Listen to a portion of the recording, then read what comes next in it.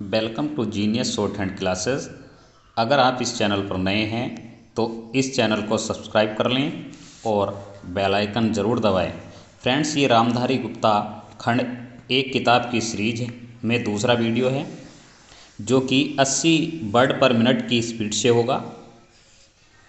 चलिए स्टार्ट करते हैं 5 सेकंड बाद।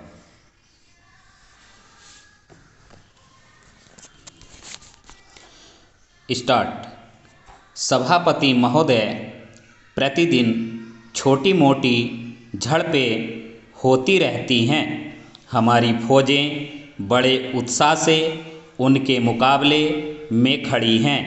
उनके हौसले बहुत ऊंचे हैं, लेकिन हमारी सरकार का भी यह कर्तव्य है कि उनके हौसले को कभी गिरने न दे। उन्हें हर तरह की सुविधा प्रदान की जाए जिससे उनका आत्मविश्वास बढ़े।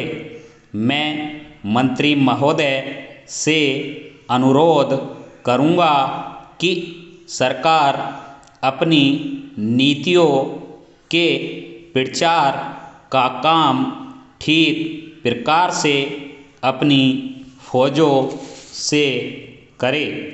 उनको अच्छे अच्छे हथियार दे। अनुसूचित जातियों और आदिवासी जातियों के आयुक्त ने जो अपना प्रतिवेदन प्रस्तुत किया है, उस प्रतिवेदन को देखने से यह प्रतीत होता है कि इसको तैयार करने में उन्होंने बहुत परिश्रम से कार्य किया है। इसके लिए मैं उनको और उनके सहयोगियों को धन्यवाद देता हूँ, परंतु साथ ही साथ इस प्रतिवेदन के संबंध में कुछ आवश्यक निवेदन भी करना चाहता हूँ।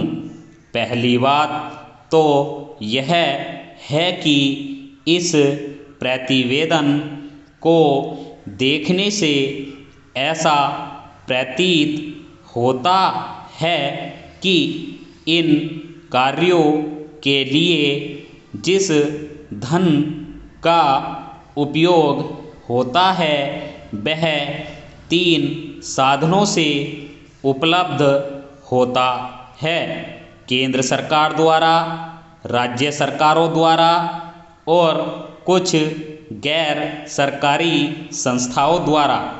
प्रतिवेदन के अनुसार जितना धन इन कार्यों पर व्यय करने के लिए दिया जाता है, उतना धन पूरी तरह से व्यय नहीं हो पाता।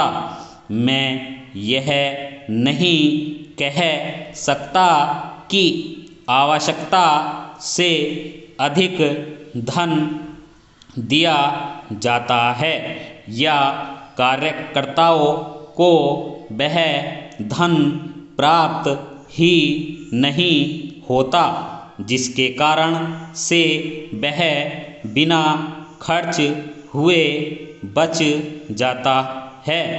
मैं तो यह चाहता हूँ कि जितना धन दिया जाता है उसका पूरा उपयोग हो और आयुक्त को यह न कहना पड़े कि इस कार्य के लिए जितने धन की आवश्यकता थी उतना धन नहीं मिल पाया और विवश होकर हमको उस कार्य को बीच में ही रोकना पड़ा। जहाँ तक राज्य सरकारों का संबंध है, बहुत सी राज्य सरकारें अभी तक इस कार्य में असावधानी से काम ले रही हैं और इस कार्य को उपेक्षा की दृष्टि से देखती हैं।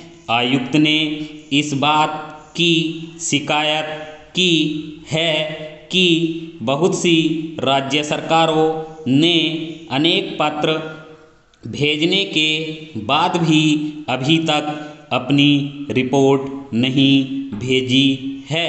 मैं चाहता हूं कि सरकार इस तरफ निष्ठापूर्वक ध्यान दे।